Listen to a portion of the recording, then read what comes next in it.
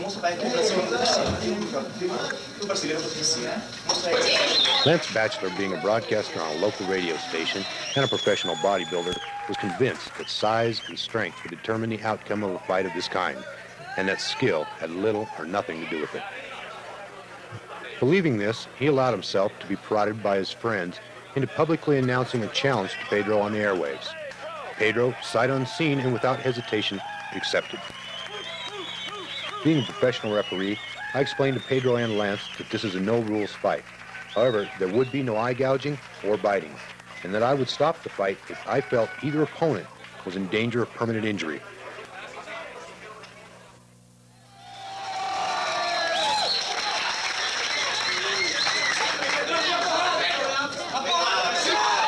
Pedro immediately begins throwing strategically placed side kicks into Lance's left knee. These kicks are designed to distract Lance from guarding his upper body and head, leaving a huge opening for attack.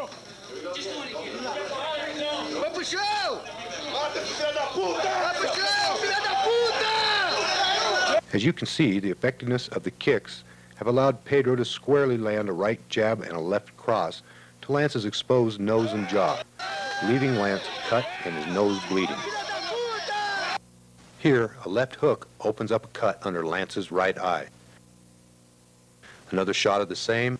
It's obvious the bodybuilder is not prepared to defend himself against such a skillful attack. In a display of frustration, Lance charges Pedro, tackling him and taking the fight to the ground, which is where the Jiu-Jitsu man is most at home. Even with Lance's massive size and weight advantage and his body coated with Vaseline, Pedro's skill in Jiu-Jitsu allows him to flip the former Mr. Utah and dictate the pace of the fight.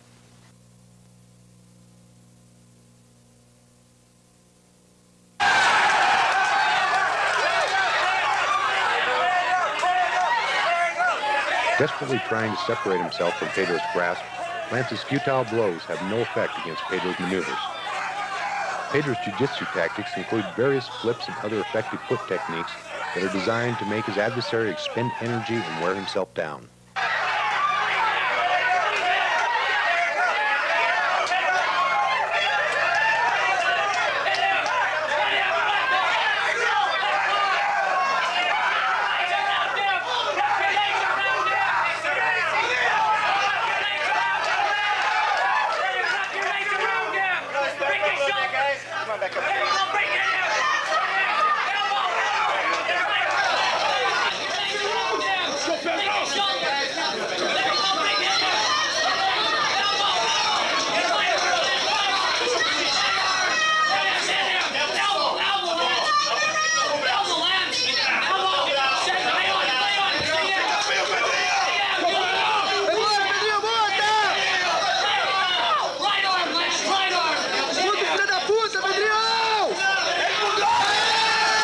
And again, the rolling is caused by the unbalancing efforts of the jiu-jitsu man, demonstrating his effortless ability to keep control.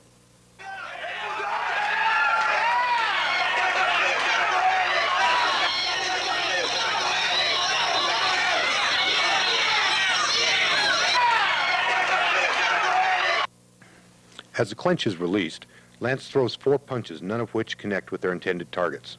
These are answered back by 2 solid connecting blows from Pedro. Lance's reaction is to extend his arm, trying to block any further onslaught.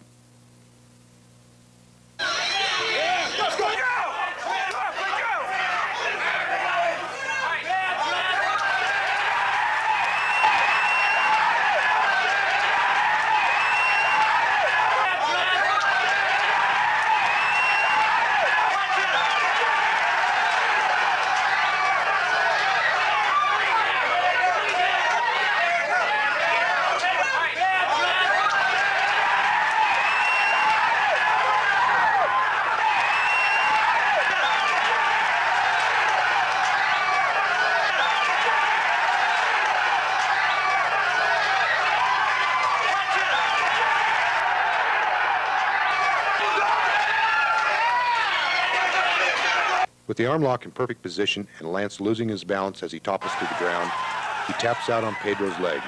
Pedro shows great mercy by releasing Lance's arm just before it reaches its breaking point.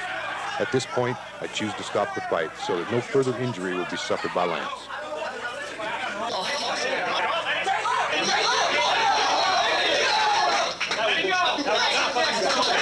As evident by the blood on Pedro's gi, Lance sustained significant injuries, while Pedro showed little, if any, signs of physical combat.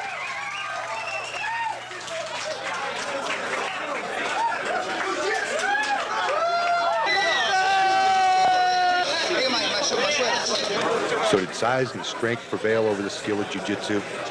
You be the judge.